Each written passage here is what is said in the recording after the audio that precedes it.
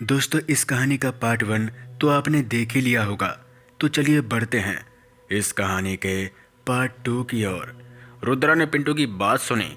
उसने सोचा कि क्या ये सच है कि ये लड़की एक आत्मा है। उसने फिर से उस लड़की को देखा और उसके चेहरे पर कुछ अजीब सा देखा। उसने देखा कि उस लड़की का चेहरा बहुत गोरा था और उसकी आंखें बहुत बड़ी और गहरी थी। उसने मन में सोचा कि ये लड़की तो बहुत खूबसूरत है, फिर ये भूत कैसे हो सकती है। और शायद ये किसी गरीब या मजबूर की बेटी हो जो यहाँ अकेले फंस गई हो। उसने अपनी इंसानियत को याद किया और उसने फैसला किया कि वो उसकी मदद करेगा। अरे पिंटू, तू क्या बोल रहा है यार? ये लड़की तो एक मासूम सी है और शायद किसी मुसीबत में है। देखना ज़रा उसके चेहरे को। हम इसे ऐसे कैसे छोड़ सकते हैं यार? हम इसे लिफ्ट देकर उसके गांव तक पहुंचा देते हैं जहां उसको जाना है, और फिर हम चले जाएंगे हमको जहां सामान पहुंचाना है। इसमें कोई बुराई थोड़ी है यार। पिंटू ने रुद्रा की बात सुनी और उसे हैरानी हुआ। उसने रुद्रा को समझाने की कोशिश की कि ये लड़की एक आत्मा है और उसे लिफ्ट मत देना, नहीं तो ये बहुत बड़ी भूल हो सकती है। लेकिन रुद्रा ने उसकी बात नहीं मानी। उसने ट्रक को उस लड़की के पास रोका और उसे आवाज़ दी, ओए लड़की, तू यहाँ क्या कर रही है और तुझे लिफ्ट चाहिए क्या? ऐसा रुद्रा ने पूछा। फिर उस लड़की ने ट्रक की तरफ देखा और उसके चेहरे पर एक प्यारी सी मुस्कान आई। उसने रुद्रा और पिंटू को देखा और उन्हें हाथ जोड़कर नमस्ते किया। नमस्ते, मैं रूही हूँ। मुझे आपकी मदद चाहिए। क्या आप मुझे मेरे गांव तक पहुंचा सकते हैं? ऐसा उस लड़की ने कहा। पिंटू ने देखा कि उसका दोस्त रुद्रा उसकी जाल में फंसता जा रहा है। फिर उसने उस लड़की को अंदर आने के लिए कहा और उससे उसके गांव का नाम पूछा। आ जाओ, अंदर आ जाओ। और तुम्हारा गांव का नाम क्या है? ऐसा रुद्रा ने पूछा। फिर वो लड़की कहती है, मैं चंदोसी के रहने वाली हूँ। मेरा गांव NH 79 से थोड़ा दूर है। क्या आप मुझे वहाँ तक छोड़ देंगे? उस लड़की ने ऐसा कहा। फिर रुद्रा कहता है, अरे क्यों नहीं, हम भी उधर ही जा रहे हैं। रुद्रा उसे अंदर आने के लिए कहता है। पिंटू ने उस लड़की को देखा और वो उसे देखकर बहुत डर गया।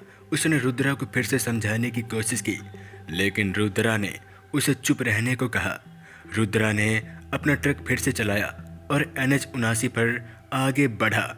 रात अभी और भी अंधेरी हो गई और सड़क पर कोई गाड़ी नजर नहीं आ रही थी। पूरा सुनसान था। रुद्रा और पिंटू ने अपनी बात बंद कर दी। उस लड़की ने भी कुछ नहीं कहा और सिर्फ आगे की तरफ देख रही थी। उसके चेहरे पर अब भी वही मुस्कान थी, लेकिन उसकी आंखों में कुछ चमक थी जो रुद्रा और पिंटू को नजर नहीं आ रही थी। कुछ देर बाद रुद्रा ने एक बोर्ड देखा जिस पर लिखा था चंदौसी 10 किलोमीटर।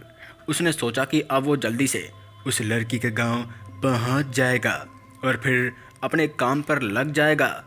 उसने उस लड़की से पूछा, रूही, तुम्हारा गांव कहाँ है और यहाँ से किधर मुड़ना है? ऐसा रुद्रा ने उससे पूछा। तो उस लड़की ने जवाब दिया, जी मेरा गांव तो यही है, थोड़ी बगल में। आप मुझे यहीं उतार दीजिए, मैं चली जाऊंगी। रुद्रा ने उस लड़की की बात सुनी और उससे हैरानी हुआ। उसने सोचा कि ये लड़की कैसी है जो इतनी रात को यहाँ से उतरना चाहती है। उसने उस लड़की से पूछा, यहीं पर यहाँ तो कुछ नहीं है। यहाँ तो सिर्फ सुनसान जंगल है। तुम यहाँ से कैसी जाओगी? उस लड़की ने रुद्रा की बात सुनी और उसने कहा, मैं चली जाऊंगी। ये जंगल के पास में ही मेरा गांव है। मैं चली जाऊंगी, आप मुझे यहीं उतार दीजिए। वो दोनों उस लड़की की बात सुनकर डर जाते हैं। रुद्रा ने सोचा कि यह लड़की तो पागल है या फिर कुछ और है। उसने उस लड़की से कहा, नहीं नहीं, तुम्हें यहाँ पे खतरा हो सकता है, इसलिए मैं तुम्हें यहाँ नहीं उतारूंगा। ऐसा रुद्रा ने कहा, जिसके बाद उस लड़की ने रुद्रा की बात सुनी और उससे गुस्सा आ गया। उसने रुद्रा से कहा, तुम मुझे यहीं उतार दो वरना पछताना पड़ेगा। अब वो दोनों उस लड़की की डरावनी आवाज़ सुनकर कांप जाते हैं और फिर उससे कहते हैं, अरे तू जिद क्यों कर रही है? मैं तुझे यहाँ नहीं उतार सकता। समझ जा यार, अब चुप बैठ और अपना गांव बता कहाँ है सही सही। उस लड़की ने रुद्रा की बात सुनी और उसे नफरत आई। फिर उसने रुद्रा से कहा, ठीक है, आपने मेरी बात नहीं मानी। अब आपको मेरी असलियत देखनी पड़ेगी। तभी कुछ ऐसा हुआ जिसे देखकर वो दोनों कांप गए। दोस्तों, अगर आपको देखना है तो मिलते हैं इस कहानी के पार्ट 3 भाग में। तब तक के लिए जय श्री राम।